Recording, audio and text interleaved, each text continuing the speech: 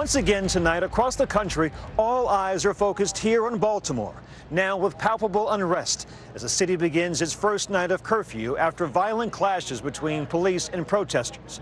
In the wake of the funeral of Freddie Gray, that 25-year-old man who inexplicably died after being injured while in police custody last week, we've seen looting and fires, police cars being targeted, and injuries on both sides as residents demand justice and peace.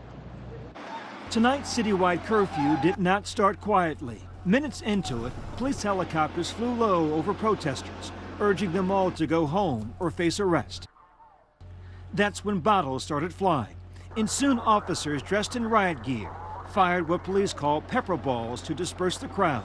Relative tranquility amidst palpable tension. Nearly 2,000 National Guard troops are here and lining the streets in what is still a state of emergency. Tensions are still simmering as we witness firsthand. One moment of peaceful demonstration, sweet sounds of Amazing Grace. When without warning, a scream, a push, confusion. Police in riot gear using pepper spray. Something that happened to cause the crowd to react, to start throwing debris and signs at the police. What happened? Turns out authorities say they were attempting to break up what they thought was a fight. A show of force spectators mistook as aggression. It looks like a fight broke out in the crowd. Interesting enough, the police aren't getting involved. It's community people who are breaking up the two guys who were fighting. All day and into this evening, we've watched adults, many of them parents, taking a stand, taking back their neighborhood. Then walk back. Then walk back. Don't come up here. Brother, you can't. I love you. I'm not letting you go. Amma Chandra, mother of two, a registered nurse at Johns Hopkins Hospital. This has been a long time brewing. And when you have things when you have an overreaction, it is an old reaction. She took the day off from work to walk the streets, comforting where she could, confronting when she had to. The father in me asks, what are you doing? You could be hurt. He's not here. I'm here. No, the father in me says to you, what are you doing? My dad would be These guys could hurt you. But I can be hurt. If my kids get hurt, if this kid, that's somebody's child. A lioness is the one that does the hunting. I'm a lioness. But there was no mistaking the lawlessness and looting. Young people wildly clashing with police, very few arrested, destroying what few major businesses this community has long clamored for. Watch that guy in the gas mask as he sliced the water hose firefighters were using to save the neighborhood.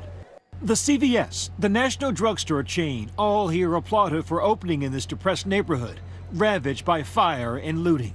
This newly built senior citizens high-rise, a $16 million investment, gone.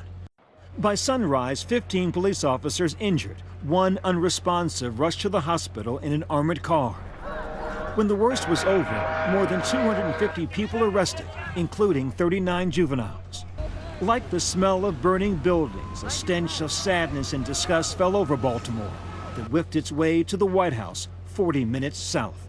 If our society really wanted to solve the problem, we could. It's just it would require everybody saying this is important, this is significant.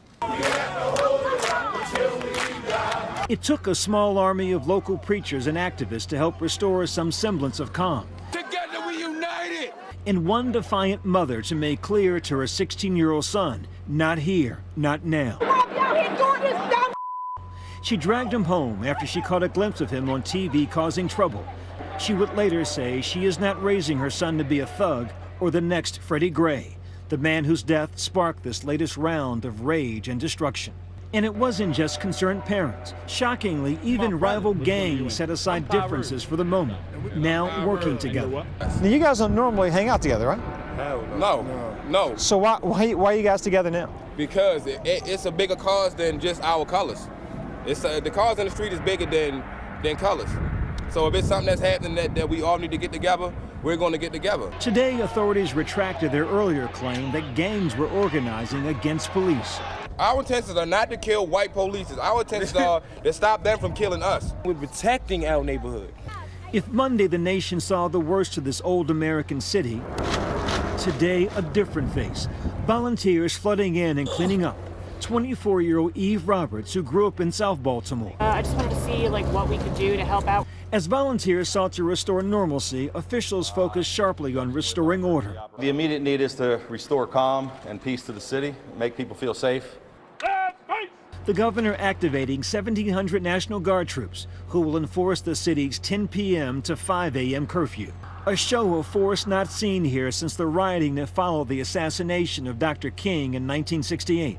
The spark this time, a neighborhood guy, Freddie Gray. This 25-year-old taken into police custody on Sunday, April 12th. His arrest captured by a bystander's cell phone. That boy leg look broke.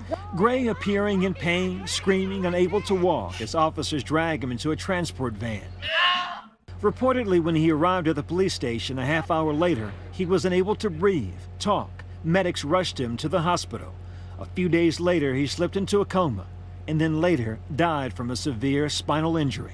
The results of the police investigation into Gray's death is expected Friday. A prosecutor will then decide whether to file charges. Do you trust the process? The police part of it? Absolutely not. Bill Murphy is the Gray family's attorney.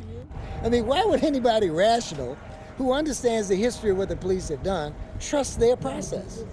The troubles here fit disturbingly into the national narrative. Black men dying after encounters with the police. From Eric Garner in New York City, Michael Brown in Ferguson, most recently Walter Scott in South Carolina. But Baltimore is different. The police department is 48% black. The troubles here exacerbated by economic devastation. The city ranks 10th in the nation for income inequality, with nearly a quarter living below the poverty line. In Freddie Gray's neighborhood, more than 20% are unemployed, and more than a quarter of homes are vacant. This week's disturbance has only made that economic divide deeper.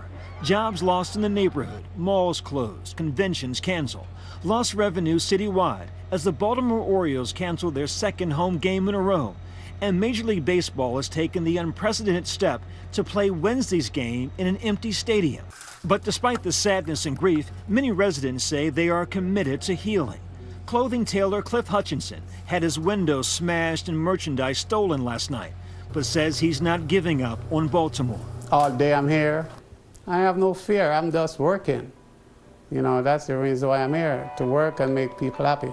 Because for residents like Hutchinson and Chandra, Baltimore has been home to me for 15 years. And so many others here, this city is still their heart, still their home.